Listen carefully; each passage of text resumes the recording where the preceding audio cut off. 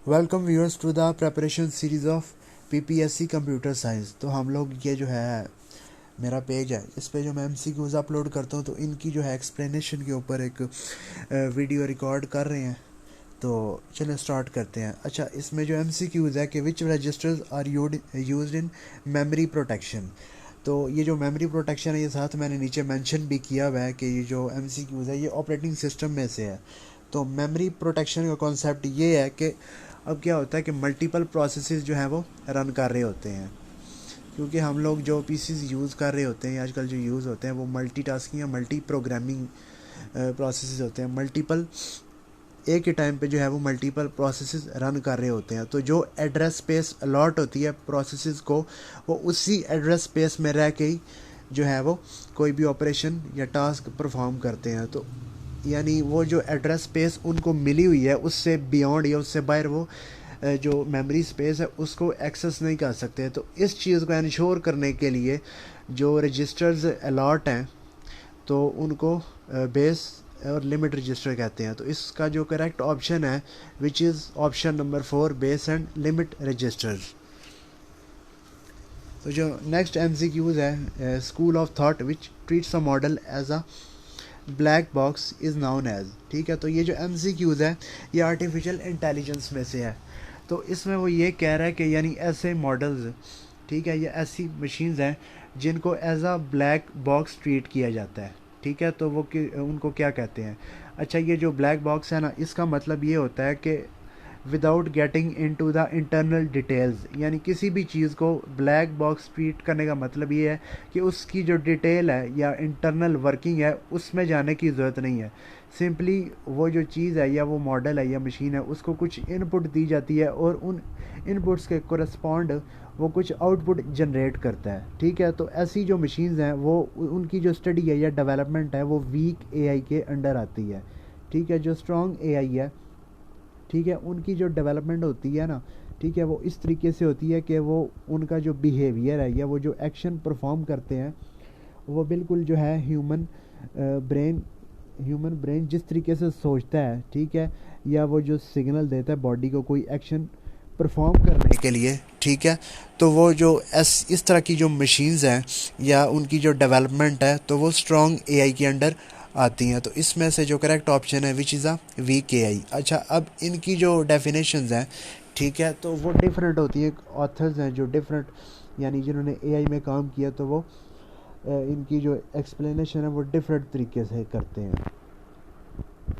तो उसके बाद जो नेक्स्ट एमसीक्यूज है which scheduler is most frequently used. तो ऑप्शन है इसमें लॉन्ग टर्म है, शॉर्ट टर्म है और मीडियम टर्म है।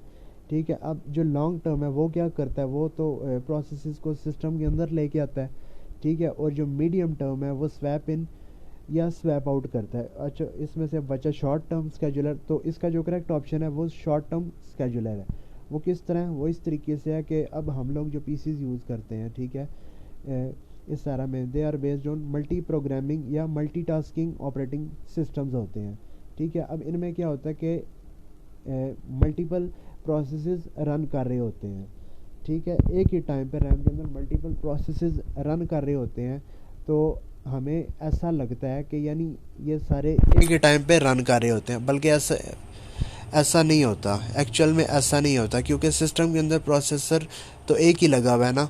तो अब इन प्रोसेसेस के अमंग यानी सीपीयू जो है वो कॉन्टेक्स्ट स्विचिंग इतनी फास्ट करता है, तो ऐसा फील होता है या ऐसा इल्यूजन क्रिएट होता है कि जो ये प्रोसेसेस हैं ये एक ही टाइम पे रन कर रहे हैं, लेकिन ऐसा नहीं होता।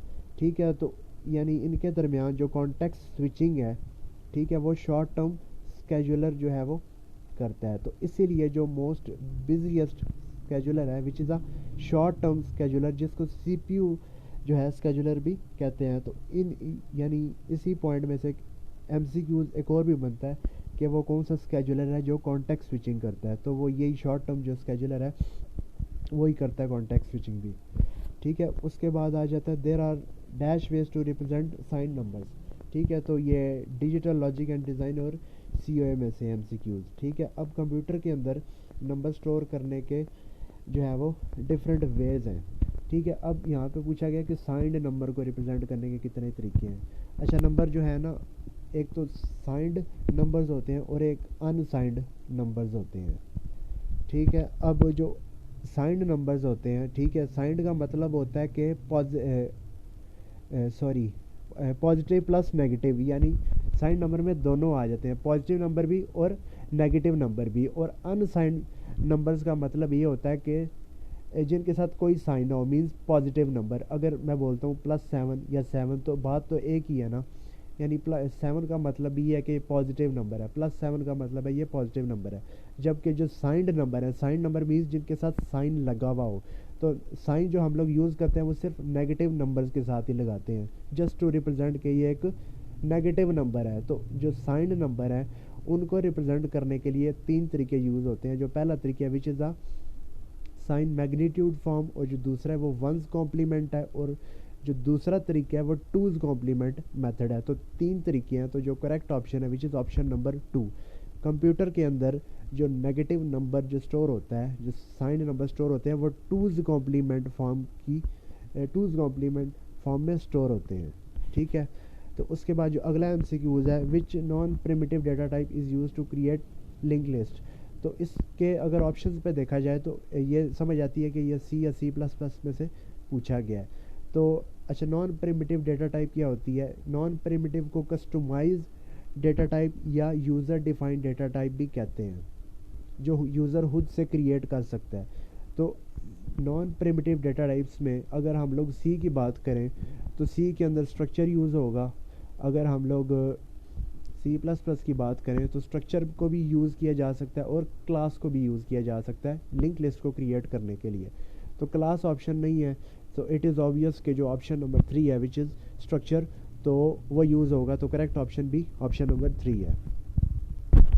उसके बाद जो नेक्स्ट MCQs है, in degree of multi programming degree means, ठीक है। अब यहाँ पे जो MCQs पूछा गया तो इधर यानी ये कमेंट में बहुत सारे स्टूडेंट्स ने ये मिस्टेक की हुई थी कि उन्होंने यानी in degree of multi programming पूरे का मीनिंग बताया हुआ था, लेकिन इधर जो है सिर्फ डिग्री का मतलब पूछा गया, तो डिग्री नंबर को कहते हैं, ठीक है। और मल्टी प्रोग्रामिंग का मतलब होता है कि processes running in a RAM, तो डिग्री मीन्स नंबर। तो जो इसमें करेक्ट ऑप्शन है which is option number 3 which is numbers.